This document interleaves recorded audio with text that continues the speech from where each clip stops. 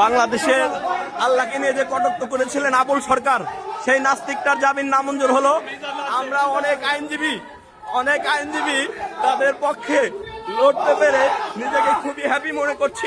এই যে আমাদের আইনজীবীদের পক্ষ থেকে আইনজীবীরা নিজেরাও ফাঁসি যাচ্ছে। দেখেন বন্ধুরা, এই ফালতুর আসলে ফাঁসি হওয়া উচিত। বিজ্ঞ আদালত তার জামিন নামঞ্জুর হওয়া উচিত ছিল।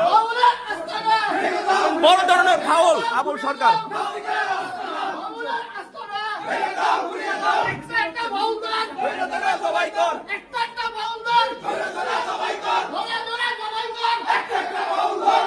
দেখতে পাচ্ছেন বন্ধুরা আপনারা,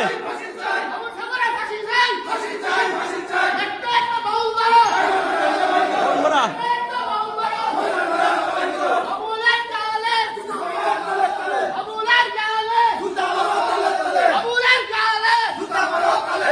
বন্ধুরা আপনারা, হ্যাঁ, নাস্তিক আবুল সরকারের জামিন নামঞ্জুর হয়েছে।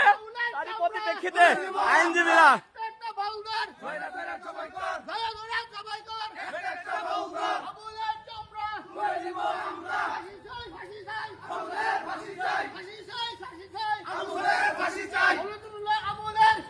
ফাঁসি হোক।